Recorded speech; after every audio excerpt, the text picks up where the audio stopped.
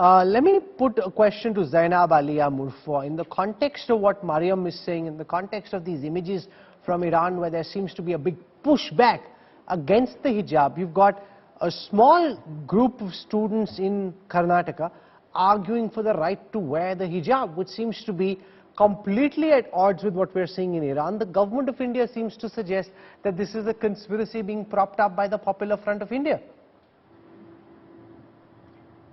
See, what is happening in Iran and what is happening in Karnataka, they are not two very different events. But in both the countries, what the girls are protesting for is the right to choose what to wear and what not to wear. What they want is nobody else, even no higher authority, not even the judiciary or the lawmakers of the country, to decide what they want to wear. If I want to dress up like this, I will dress up like this. If I don't want to dress up with a hijab, that is her choice completely. It is girls are expecting the governments of their countries to respect their choice when it comes to what they wear. For that matter, not just what they wear, in what they eat, how they get educated, it's all their business. Who is the government or the judiciary to decide what a girl should wear? One of the questions that the Solicitor General asked Zainab in court this morning was, why was there no demand before 2021?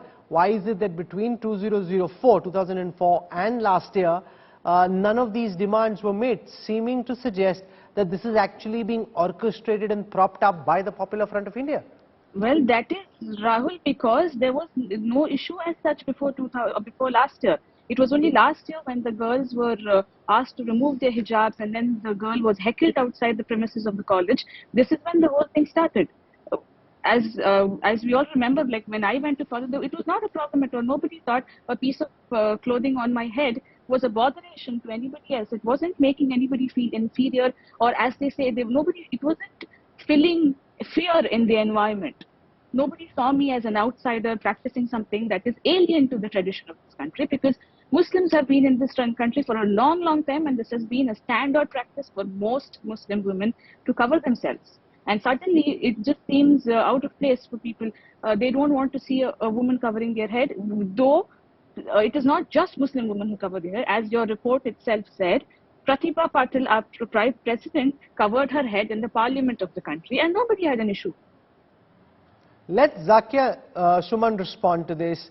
At the Bharatiya Muslim Mahila Andolan, the fact that you've got Zainab arguing that this is about the right to choose. Don't impose your morality, let young girls choose, versus the government saying this is a PFI conspiracy. Yeah, so it is very important that women are allowed to make their own choices. But choice in this context is a very complex matter, because choice is arrived at because of social pressure. Hijab is not an essential practice of Islam, but it is a patriarchal imposition. And as per the interpretation, which is conservative, which is based on a certain kind of understanding, it is a compulsory. It has been made into a compulsory kind of a dress code for the woman.